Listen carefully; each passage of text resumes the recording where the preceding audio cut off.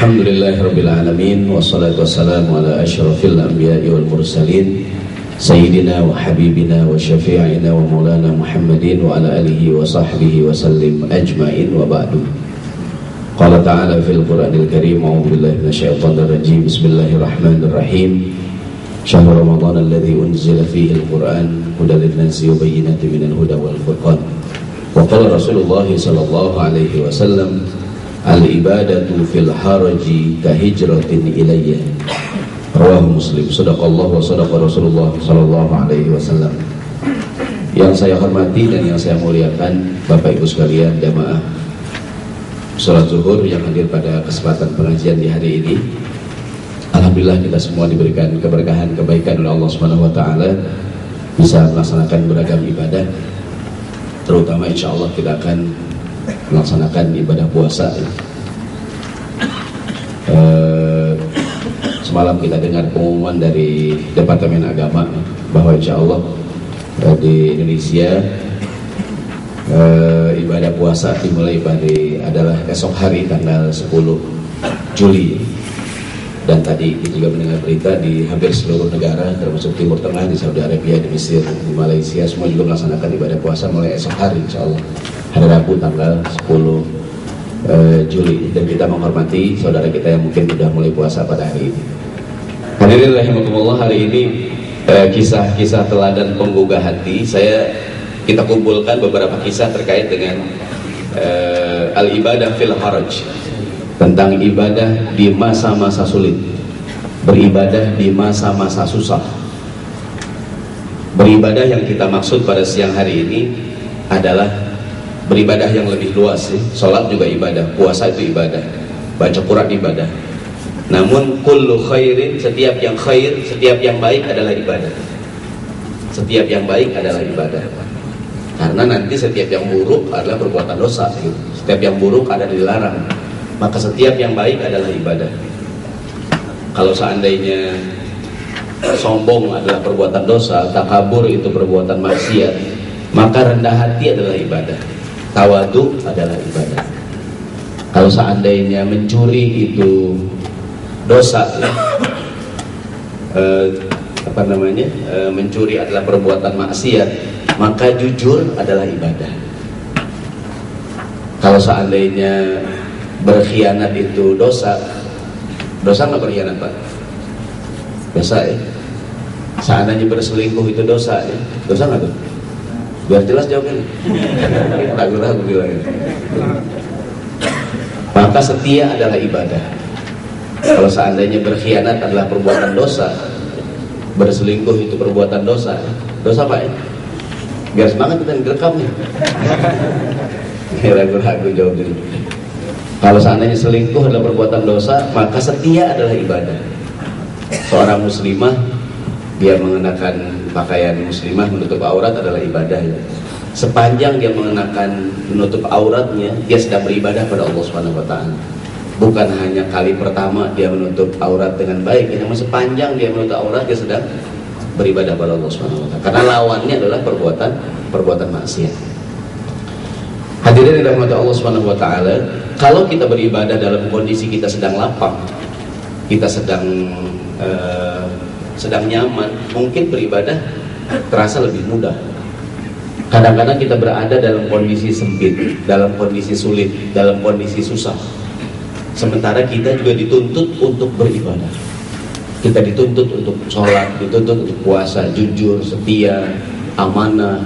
Itu semua ibadah dalam kondisi sempit, dalam kondisi susah.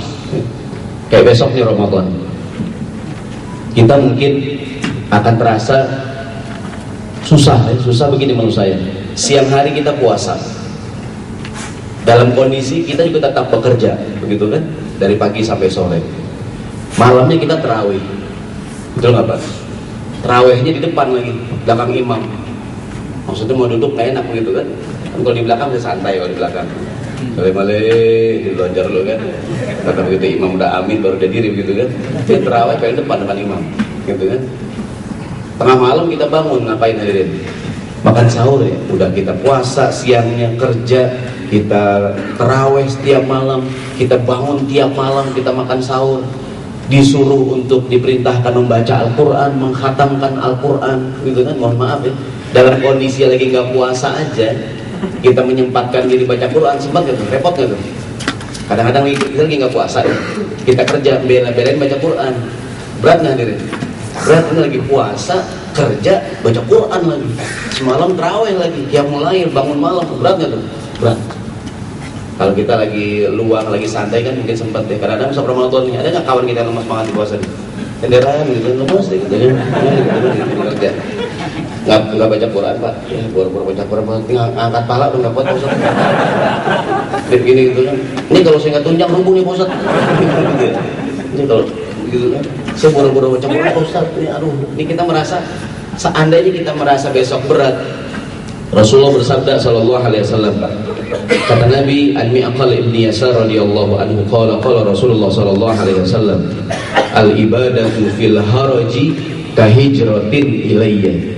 Beribadah di masa-masa sempit, beribadah di masa-masa susah, di masa penuh dengan fitnah, kahijratin ilayya, bagaikan berhijrah kepadaku.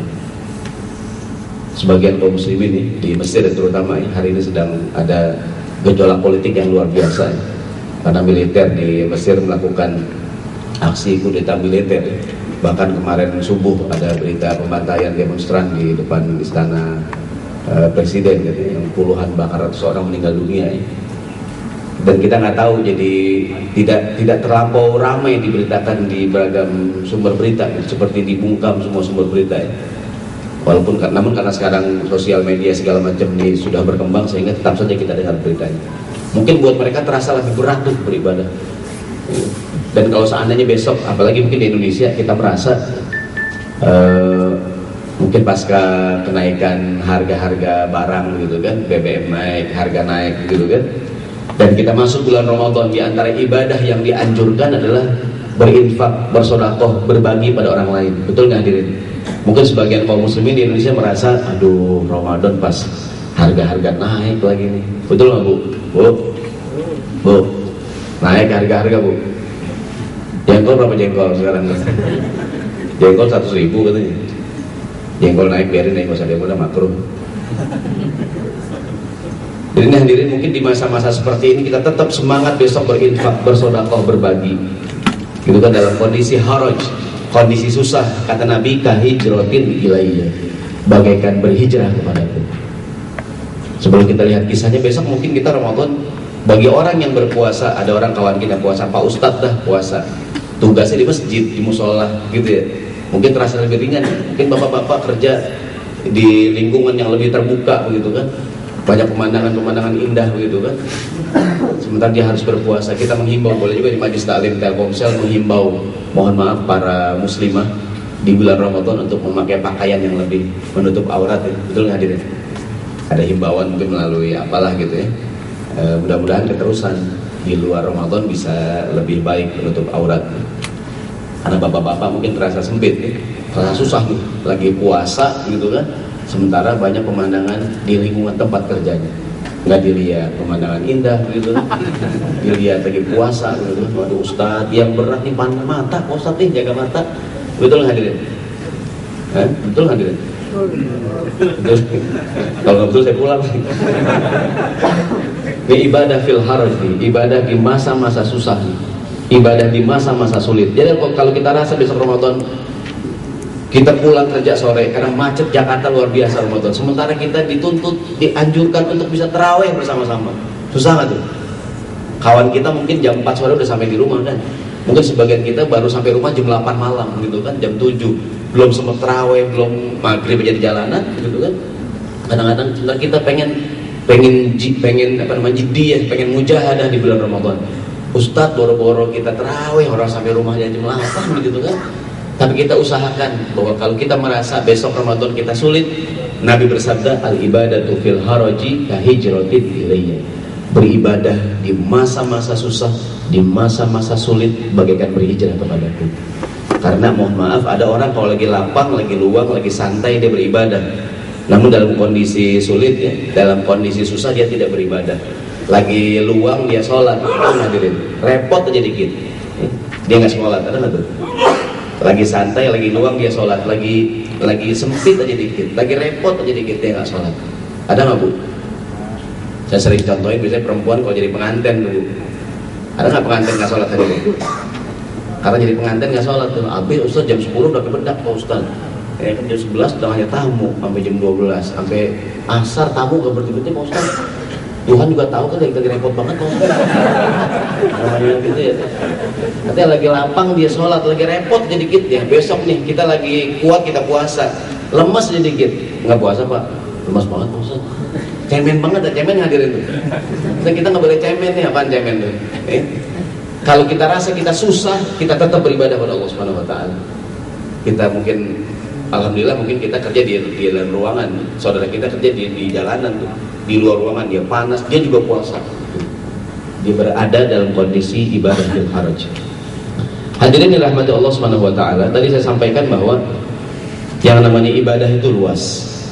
Ada sebuah cerita, sebuah riwayat, mungkin pernah dengar kisah godaan yang datang pada sahabat Ka'ab bin Malik pada saat beliau sedang menjalani hukuman lantaran tidak ikut pada peristiwa perang Tabuk. Kita ingat ada satu peristiwa perang di zaman Nabi, namanya perang Tabuk. Perang Tabuk itu paling jauh, kondisinya susah, panas banget gitu kan. Dan Rasulullah menghimbau para sahabat jangan ada yang ketinggalan untuk memberikan kontribusi pada peristiwa perang Tabuk. Pada peristiwa ini ada 3 orang sahabat yang tanpa uzur, tanpa alasan tidak ikut berperang. 3 orang ini adalah Ka'ab bin Malik, Hilal bin Umayyah, dan Murarah bin Rabi. Lantaran tidak ada uzur, tidak ada alasan, tidak ikut itu tidak ada alasan gitu. Maka Nabi menghukum mereka dengan hukuman berupa mereka tidak ditegur selama 40 hari, dikucilkan, assalamualaikum gak dijawab, kalau ngomong gak ditanggepin, istrinya tidak melayani. Dalam Al-Quran surat At-Taubah diceritakan tuh perasaan Ka'ab bin Malik tuh, hatta dhaqat alaihimul ardu bima rahubat. Bumi yang lapang menjadi terasa sangat sempit sedang dihukum tuh.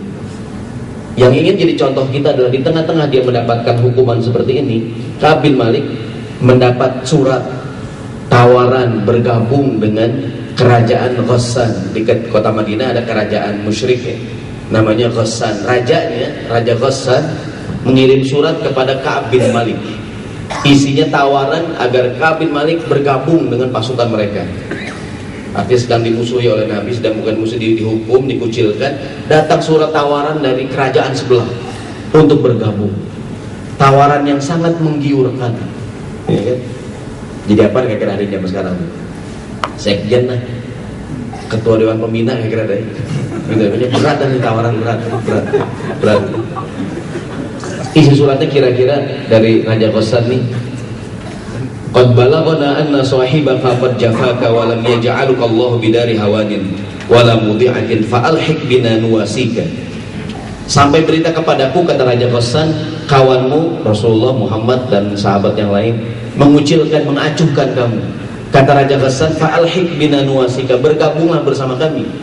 Aku berikan tempat posisi yang baik buat kamu. Dijanjikan kedudukan yang sangat luar biasa buat Ka'ab bin Malik.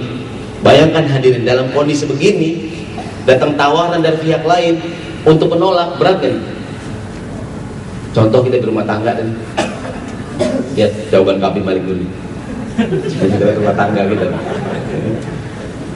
Ini begitu membaca surat ini oleh Ka'ab bin Malik, dibaca, kemudian dia robek-robek itu surat dan dia berkata, wa hadza aidan minal bala. Ini juga ujian dari Allah Subhanahu wa taala. Dalam kondisi sedang dihukum gitu kan. Contoh di keluarga kita ada. Ya Bu, Pak ya. Kadang-kadang suami istri ada nggak masalah hadirin? Di rumah lagi masalahnya istri. Waduh, lagi betek banget kan. Kondangan ketemu mantan. Waduh, mantan waktu teh. Kondangan ketemu. Waduh, bahaya banget nih. Bahaya nggak tuh? Mantan lagi masalah sama suami lagi. Waduh, kacau dan dalam kondisi begini kan katanya saya sok tahu aja nih. Kadang-kadang kan rumah tangga tuh perselingkuhan terjadi ketika sedang ada masalah di rumah tangga, betul nggak Pak? Manggut-manggut kayaknya. Lagi ada ujian, datang godaan berat nggak tuh? Di rumah tangga lagi ada godaan, ada yang manggil-manggil, mampir nggak diri? Hotel Kopsel kan mampir ya. Yang lain nih, yang lain. Kalau Ramadan sih nggak mampir, lagi di rumah tangga lagi ada masalah nih. Dan ini kan begini bisa hadirin ya. Begitu kita mendapatkan ujian, kita berkata ini ibadah fil haraj. Kita tetap setia dalam kondisi susah teman. Tetap setia dalam kondisi sulit. Karena biasanya hadirin, tidak sedikit orang menjadikan kesulitan dia menjadi alasan untuk tidak beribadah gitu. Kita kadang mentolerir sebuah perbuatan maksiat karena dengan alasan dia lagi susah. Contohnya, ada orang miskin mencuri. Apa yang kita bilang? Ya si Ustadz nyolong juga pantas dah, dia miskin banget. Begitu nggak hadirin? Soalnya kemiskinan itu jadi alasan untuk mencuri gitu. Kalau dia sedang miskin, dia sedang perlu uang, datang peluang untuk mencuri dan dia tidak mencuri, dia tetap jujur, ibadah fil haraj. Karena kadang-kadang kita mentolerir tuh. Kita kadang mentolerir kesulitan kita untuk tidak beribadah. Tadi saya bilang ya, sombong adalah dosa, takabur perbuatan maksiat, maka tawadu, rendah hati adalah ibadah. Kalau kita rendah hati dalam kondisi kita tidak punya kelebihan, gampang atau? Saya dah contoh nih, tampang pas-pasan, jangan amin. Teramin lagi. Saya tampang pas-pasan, duit nggak punya, jangan amin hadirin. Jadi tampang pas-pasan, saya duit kagak punya, jabatan nggak ada, saya nggak sombong, pantas nggak tuh? Pantas nggak? Saya itu sombong apa gitu ya? Tampang gitu banget, duit nggak ada, handphone second gitu ya. Dia mau sombong apaan gitu ya? Dalam kondisi kita tidak punya kelebihan, kita nggak sombong, pantas nggak tuh? Emang pantas ya? Kadang-kadang hadirin kita punya beragam kelebihan, cakep banget, ganteng banget. Dia sih Ustadz, sombong juga pantas Ustadz, dia ganteng banget. Begitu nggak ada hadirin tuh? Kan orang cakep dikit playboy biasanya, ganteng jadi dikit playboy. Dan gue sih playboy juga pantas, gue cakep. Begitu kadang-kadang tuh orang merasa bahwa kalau gini hadirin, kalau kita tidak punya kelebihan, kemudian seseorang tawadu, itu mungkin biasa ya. Untuk dia tidak sombong gampang ya. Tapi orang punya kelebihan, punya pangkat, punya jabatan, punya uang, punya harta, punya peluang untuk sombong dan dia tawadu, dia ibadah fil haraj. Waduh nih Pak, saya nggak sombong berarti Pak. Saya duit banyak banget gitu ya. Berat hadirin. Ini contoh-contoh. Ada kisah nyata kemarin kita mendengar berita duka cita ya. Putranya almarhum Pak Wiranto yang meninggal dunia ya. Ikut beritanya di Afrika Selatan ya. Putra yang paling bungsu ya, yang paling kecil ya. Siapa namanya? Zainal namanya. Banyak anaknya Pak Wiranto yang paling kecil ikut kegiatan dakwah, dia keluar ke Afrika Selatan, ikut program hafal Quran di Afrika Selatan, kemudian sakit dan meninggal dunia. Kalau kita lihat fotonya, tampaknya sederhana banget ya. Maksud saya untuk ukuran dia anak seorang jenderal, tokoh nasional gitu kan ya, dia memilih hidup sederhana, berat nggak tuh? Berat ya. Kadang-kadang di kita, mohon maaf, jangankan bapaknya jenderal, bapaknya kepala keamanannya udah banget. Kadang-kadang macam-macam ya. Bokap gua kepala keamanan. Waduh, apalagi jenderal namanya. Artinya untuk dia itu nggak sombong, berat ya. Berat hadirin. Makanya ibadah fil haraj. Semua kita sholat berjamaah, semua kita kerja, tapi semua kita punya latar belakang yang beda-beda. Bisa jadi pahalanya beda-beda. Hari ini semua kita sholat di sini nih. Dengan cerita yang beda-beda ya. Semua kita bekerja tiap hari nyari nafkah buat keluarga. Tapi saya yakin tanggungan kita, cerita kita, latar belakang kita beda-beda nggak hadirin? Beda-beda. Bisa jadi pahalanya juga beda-beda.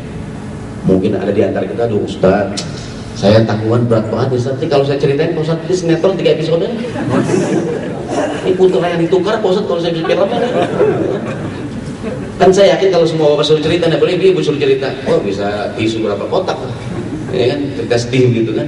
Semua kita beribadah, semua kita sabar, semua kita kerja cari nafkah, bisa jadi pahalanya beda-beda hadirin. Karena godaan yang datang pada seseorang juga beda-beda. Manakala kita berada dalam kondisi haraj, kita tetap beribadah, maka kita termasuk hadis Nabi, al-ibadatu fil haraji ka hijratin ilayya. Beribadah di masa-masa susah, beribadah di masa-masa sulit, bagaikan berhijrah kepadaku. Kita niat dari sekarang, kita azam hadirin, besok Ramadan kita khatam Quran, amin. Walaupun saya yakin kadang tidak semudah ketika dibicarakan ya. Kalau berarti kan kalau pengen khatam Quran 1 juz nih, Gimana ngakalinnya ya? Kita kerja juga dituntut produktif, tetap energik begitu kan. Malam kita pengen terawih, tengah malam kita bangun sahur gitu kan. Kita juga melaksanakan ibadah-ibadah yang lain, tapi kita mungkin kalau saya ulangi kita rasa haraj, kita rasa berat, maka kita berada dalam kondisi yang disebutkan Nabi dalam hadis ini, kahijratin ilayya, bagaikan hijrah kepadaku. Seorang yang mungkin kegiatan seharian yang tidak terlampau sibuk di bulan Ramadan, dia bisa hatam Quran 2 kali, 3 kali, pahalanya besar kan. Namun dalam kondisi kita bekerja sulit, kita memaksakan diri pengen hatam Quran, insya Allah mudah-mudahan berikan kemudahan Allah Subhanahu Wa Taala. Termasuk yang sangat dianjurkan di bulan Ramadan besok adalah yang dicontohkan Nabi SAW adalah berbagi kepada orang lain. Diriwayatkan karena Rasulullah SAW ajwadan nas, Nabi Muhammad seorang yang sangat dermawan. Wa ajwada ma yakunu fi Ramadan, Nabi Muhammad seorang yang sangat dermawan. Jadi hadirin, termasuk yang sangat dianjurkan di bulan Ramadan adalah berbagi pada orang lain. Mungkin kita sering dengar hadis ini kan, karena Rasulullah SAW ajwadan nas, Nabi seorang yang sangat dermawan. Wa ajwada ma yakunu fi Ramadan, dan beliau sangat dermawan lagi, terutama di bulan Ramadan. Kadang-kadang kita bilang, Ustadz saya boro-boro mau ngasih orang Pak Ustadz, buat saya aja kadang masih kurang gitu ya. Kalau kita merasa begitu tapi kita tetap semangat berbagi pada orang lain, kata Nabi kahijratin ilayya, kita tetap ibadah. Kan bersedekah juga ibadah, bahkan bisa jadi ibadah yang sangat mulia dalam kondisi kita merasakan mungkin ada inflasi segala macam gitu ya. Saya menghimbau, sebelum saya lupa nih, buat kita semua hadirin, selalu saya bilang di mana-mana nih, yang masih punya orang tua, yang masih ada ibunya, yang masih ada bapaknya, orang tuanya masih hidup ya, mungkin seandainya masih sempat nanti malam kasih hadiah buat orang tuanya menjelang Ramadan. Kalau puasanya besok kan, kasih hadiah hadirin, biar orang tua kita girang, biar orang tua senang. Kalaupun gak sempat, mungkin seminggu pertama Ramadan nih, kita sempetin kasih hadiah buat orang tua kita masing-masing, sebagai tanda sayang anak kepada orang tua ya. Meskipun orang tua kita punya uang, anaknya datang ngasih duit, girang atau girang ya? Ibu saya nangis saat kasih duit, ada nggak orang tua kasih duit nangis? Kenapa nangis duit? Kurang ya? Itu terharu. Yang kedua kurang, kita gocap kan? Gocap lebih pulsa juga habis. Kadang-kadang mama minta pulsa, kadang-kadang kasih mamanya gocap beli pulsa gitu ya. Bisa menghimbau kita semua nih menjelang Ramadan. Kadang-kadang ada anak yang bilang, Ustadz saya sih boro-boro mau ngasih orang tua saya aja kurang Ustadz, buat keluarga anak-anak ini mau lebaran segala. Kalau kita merasa begitu hadirin, dan kita tetap maksain diri kasih hadiah buat orang tua kita, mudah-mudahan rutin gitu kan. Kita punya gaji, sebagian gaji kita berikan buat orang tua kita, padahal dalam kondisi kita mungkin, mohon maaf, sekarang mungkin masih kontrak pengen punya rumah, sekarang baru punya motor, pengen punya mobil gitu kan. Kita lagi nabung nih, banyak keinginan gitu kan. Kita masih menyempatkan diri berbagi, terutama buat orang tua dah. Boleh tiap bulan, boleh 2 bulan sekali, betul nggak hadirin? Gitu ya. Boleh banyak, boleh dikit, menjelang Ramadan terutama nih, sebagai tanda sayang kita beliin korma buat orang tua kita kan. Mudah-mudahan korma yang kita belikan jadi digunakan buat buka puasa ya, betul nggak itu? Kita mendapatkan 2 pahala. 1 pahala memberikan makan orang waktu buka puasa, yang kedua pahala birrul walidain, berbakti pada orang tua. Menjelang Ramadan kita kasih hadiah, apalagi anak yang sering janji-janji sama orang tua. Ada yang suka janji, karena orang tua suka ngasih pesan anak kalau mau kawin nih, kamu kalau udah nikah jangan lupa sama ibu, kasih kode, jangan lupa sama ibu ya. Orang tua kan gak enak deh, mintanya kode doang, jangan lupa sama ibu nih. Oke. Jangan durhaka. Besok Ramadan pokoknya mama tenang aja. Habis sekarang tenang aja deh. Jangan durhaka banget. Durhaka paling bawah. Brengsek banget. Pokoknya lebaran mama tenang mama. Kamu beli baju? Ya enggak mah, udah tua tenang aja dong, ngapain.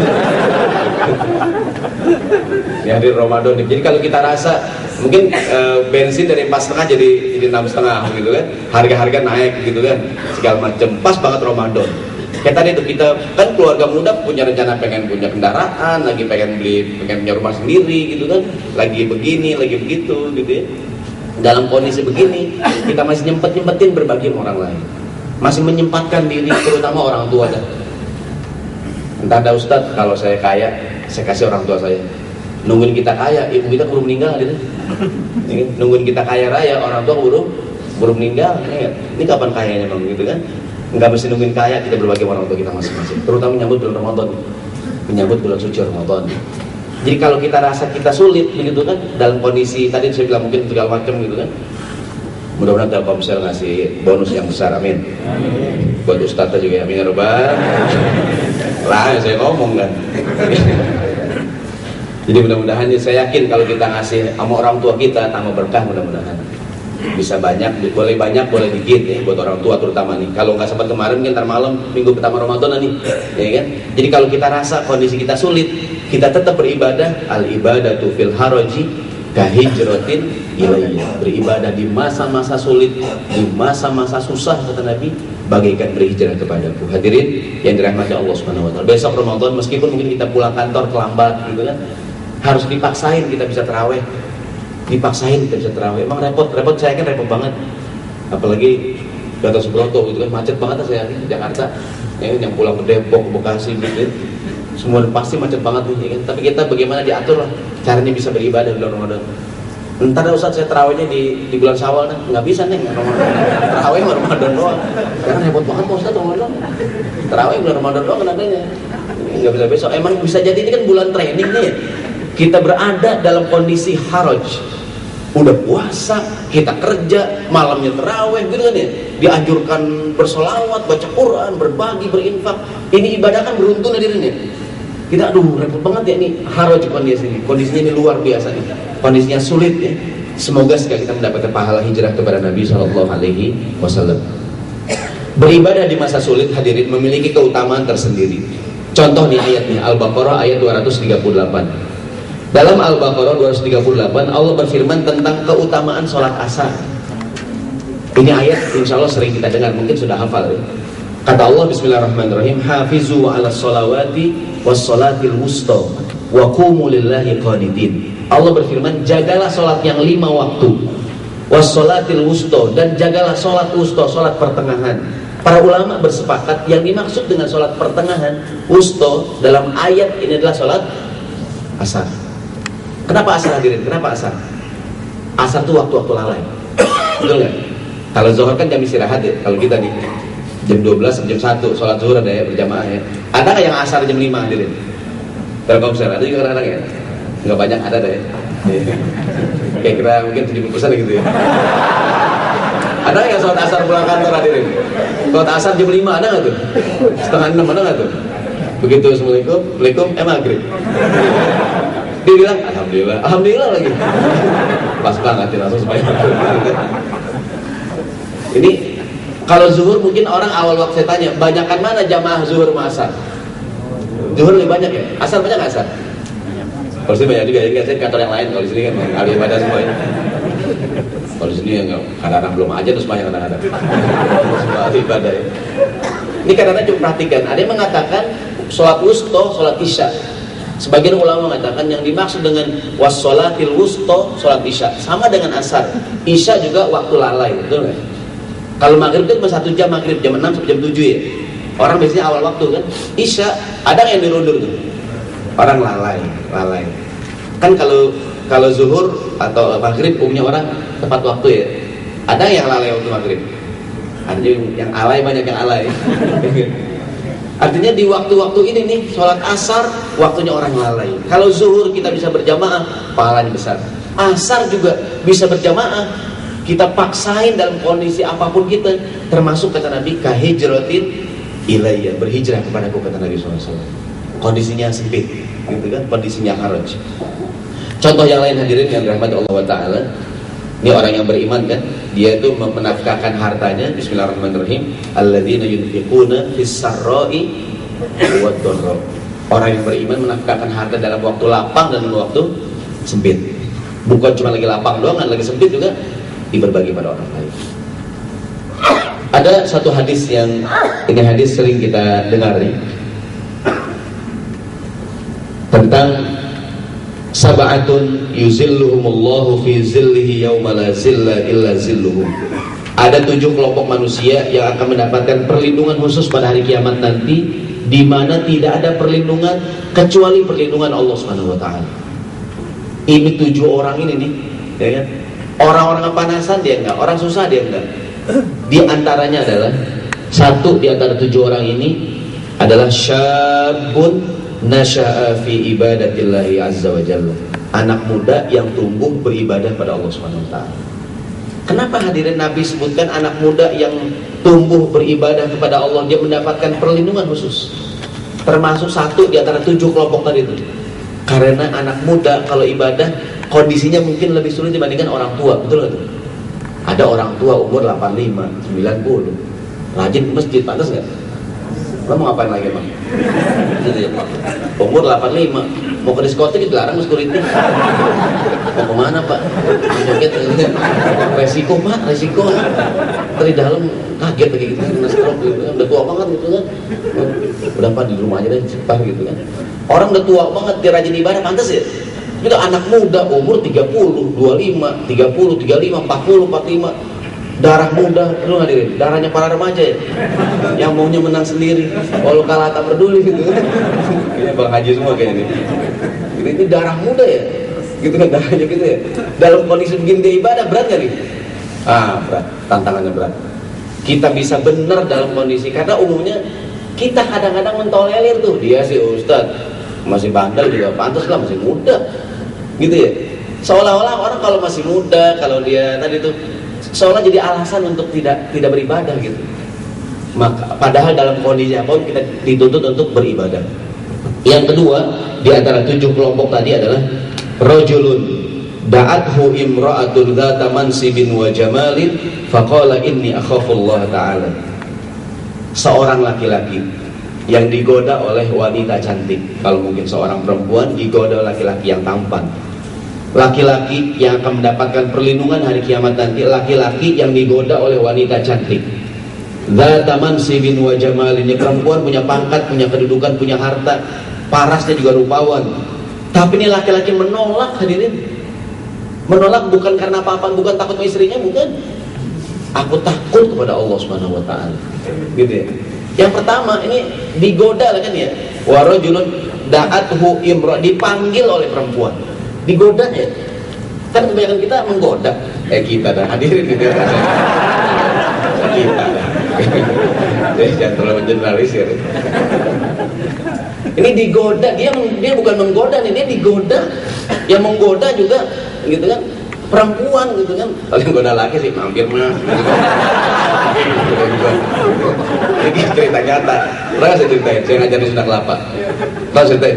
Saya ngajar Sunda Kelapa, sini Menteng, subuh, kajian subuh berjamaah kan. Saya bawa mobil kebetulan kan, saya baru tahu banyak ini portal ya. Jadi saya bingung mau mobil lewat mana kan, saya tutup kan. Saya alat lewat mana kan. Jadi baik bencong situ ya. Saya baru tahu tuh subuh di Menteng. Mana Panji gitu ya. Saya mau ngaji, mau ke masjid, iya mana nih gitu kan, hampir Pak Haji, Pak Ustaz. Allah, untung bencong gitu ya. Saya mau ke masjid dia, saya baru tahu kalau banyak yang di portal tuh ya, semuter-muter gitu kan, akhirnya masuk juga sih. Untung godain begitu ya, panggil mbak juga salah, mas takut diomelin gitu. Ini laki-laki yang digoda oleh perempuan aja nih. Saya bilang kalau yang godain laki sih kali, ya begini godain gue. Udah ini perempuan punya kedudukan lagi, punya pangkat, bahkan punya kecantikan. Kita tidak tahan godaan, mohon maaf ya. Yang menggoda pas-pasan ya. Begini godain saya gitu. Ini yang godain cakep, cantik, punya pangkat, kedudukan, kita menolak lagi, berat nggak? Berat nggak ini? Di rumah tangga lagi ada masalah tadi tuh, ya kan? Ada yang manggil-manggil. Ya. Mas, mampir mas, mampir nggak tuh? Telkomsel nggak, yang nggak mampir saya.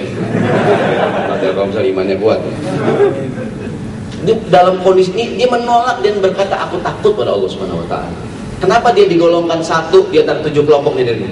Dia dalam kondisi fil haraj, kondisi berat. Dan kadang-kadang kita suka mentolerir ya. Ustadz dia sih tergoda, pantas Pak Ustadz, orang yang godain cakep banget. Saya juga Pak Ustadz belum tentu nolak Pak Ustadz. Ada yang kadang belum kita hadirin? Nabi Yusuf alaihissalam, kenapa diabadikan kisahnya dalam Al-Quran tuh? Saya tanya, siapakah yang menggoda Nabi Yusuf alaihissalam?